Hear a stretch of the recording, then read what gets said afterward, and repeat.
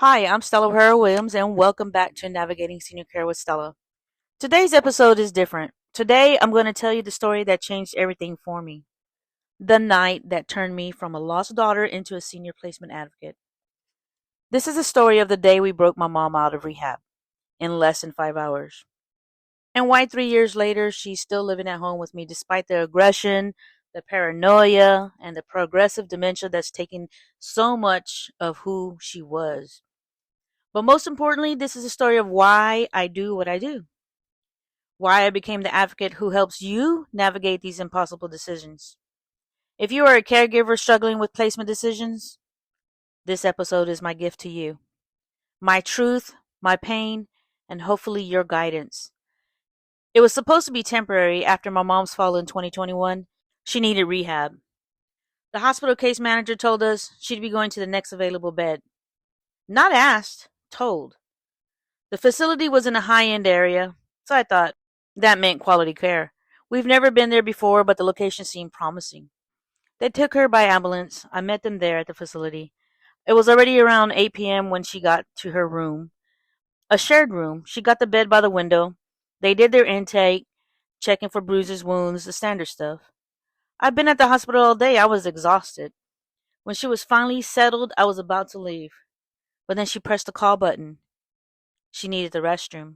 We waited about 15 minutes. Finally, a nurse came in. She said, and I never forget this, she said, "That's not my job. I'm just here for meds." So I took my mom to the restroom myself. That's when I noticed there was no walker in the room, no bed rails, no safety equipment at all for a high fall risk patient who was there because she fell. It was almost 10 p.m. now. I got her back in bed, went looking for a nurse. There was one nurse for the entire floor, and they were busy with someone else. I left a message about her being a high fall risk. I looked in on her one more time. She was trying to get out of bed. Alone, no bed, no alarm, no nothing. The nurse said they'd keep an eye on her. I left. But driving home, something felt wrong, really wrong. I called her doctor. It was late, almost 11:30, maybe midnight, but he answered. I told him everything. The nurse who wouldn't help, the missing safety equipment, finding her trying to get up alone. Only one nurse for the entire floor. He said, he said 8 words that changed everything. If you feel she's unsafe, take her out.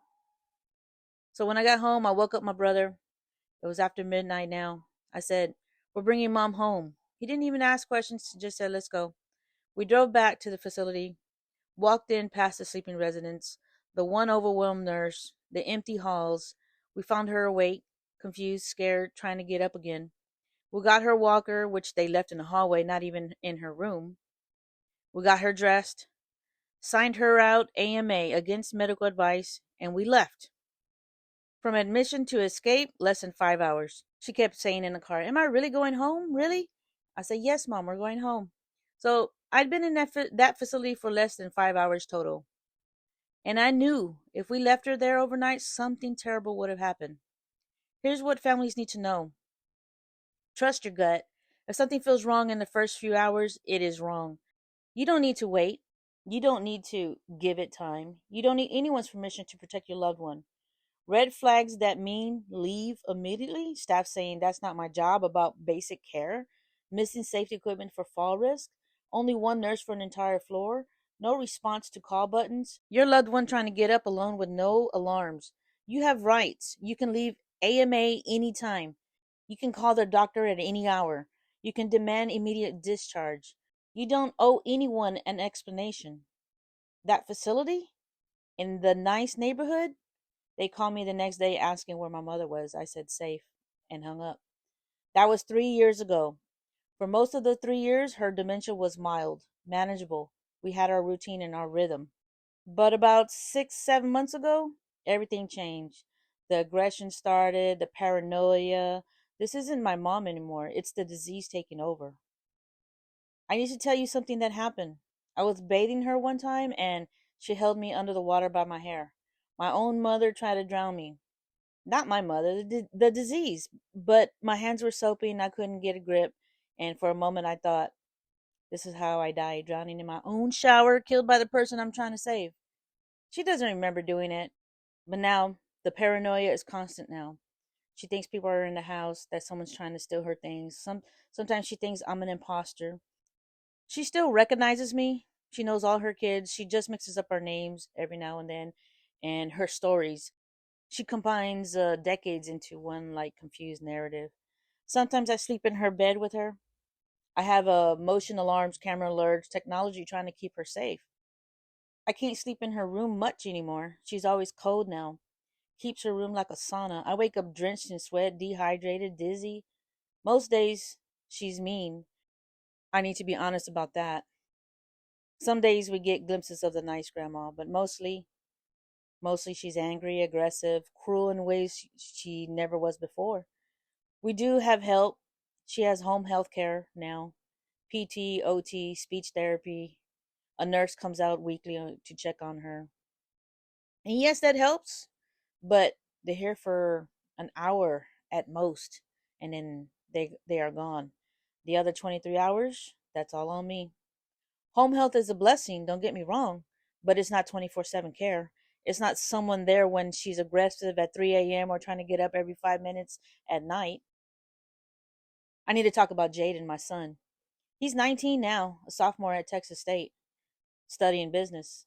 Thriving, but I need to tell you what this journey cost him. Jaden has ADHD. His 10th grade year was the absolute worst.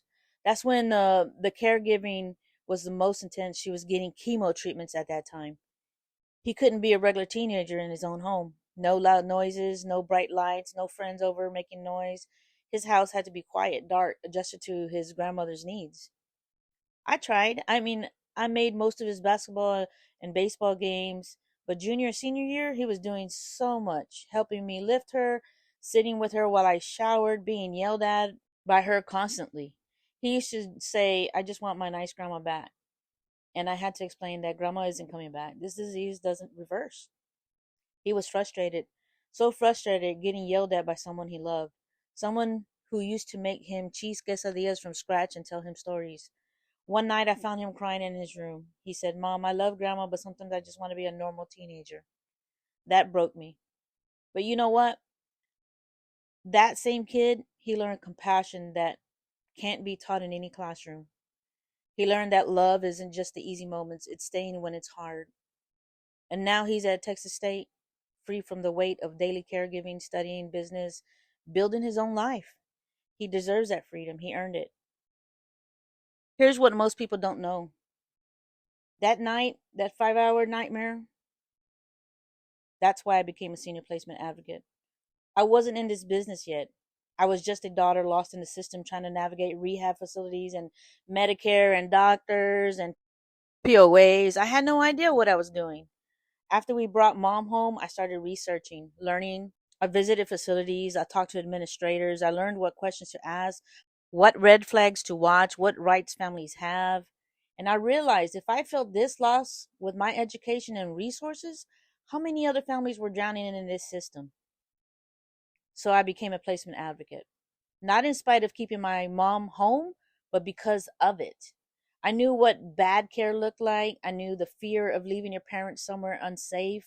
I knew the guilt, the confusion, the overwhelming weight of these decisions.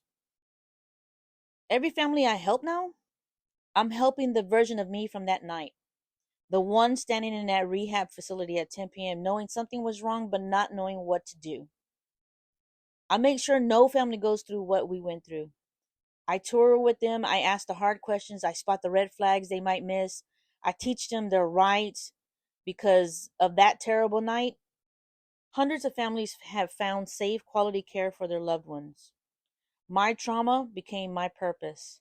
Some people might think it's hypocritical helping families with placement while keeping my own at home. But I think it makes me the only advocate who truly gets it. All of it. When a family tells me they want to keep their loved one at home, I don't judge. I know what that means. The sleepless nights, the physical danger, the stroke symptoms, being held underwater in your own shower. I can say, here's what you'll need. Here's what's coming. Here's how to survive it. And when a family needs placement, I know exactly which facilities to avoid. I know every red flags because I've lived them. I know every question to ask because I learned them the hard way. I can walk into a facility and within 5 minutes tell you if your loved one will be safe because I know what unsafe looks like. I've seen it, lived it, rescued my mother from it. I don't push families either way. I give them the truth. If you keep them home, here's the reality. If you choose placement, here's what to look for. No judgment, just truth, because I'm living both sides of this story every single day. I need to be honest about something else. I have siblings, good siblings. They help me when I ask. When I ask, that's the key phrase. I'm terrible at asking for help. I'm the youngest daughter, the strong one, the one who handles everything. Asking for help feels like failure, but my body is forcing me to reconsider. A few weeks ago, I had a stroke like symptoms. I'm still getting checked, still in the process of finding out what happened. My body is literally breaking down from this, and I still struggle to ask for help. My brothers and sisters will help me. They will come in, and if I need a break, they'll help me with all that. They bring food. They'll sit with mom so I can go to these doctor appointments I keep having now. But I have to ask, and that's the hardest part sometimes. If you're listening and you're doing this alone, please learn from my mistake. Ask for help before your body breaks. Before you have stroke symptoms, before you end up held underwater and realize you might not survive being a caregiver. Don't wait until you're in the emergency room to realize you can't do this alone. People ask me all the time, how long will you keep her home? My answer is always the same, as long as possible. What does possible mean? I don't know. Maybe until she doesn't know me at all. Maybe until she's bedbound. Maybe until I physically can't lift her anymore. Or maybe forever. Maybe she'll pass peacefully in her own bed in her own home with her daughter holding her hand. I made a promise to myself after we broke her out that night, after seeing what that facility looked like, after those 5 hours of terror for her. The promise was simple. She stays home as long as I can keep her safe and loved. Safe is relative now. She falls sometimes even with me watching. But she's loved. Oh, she's loved. Even on the days that she is difficult to deal with. So why am I telling you this? Because if you're struggling with this decision, I want you to know there's no perfect choice. Memory can be the right choice, home care can be the right choice. They can be both right, just for different families at different times. If you choose placement, you're not abandoning your loved one. You're recognizing your limits and you're getting professional help.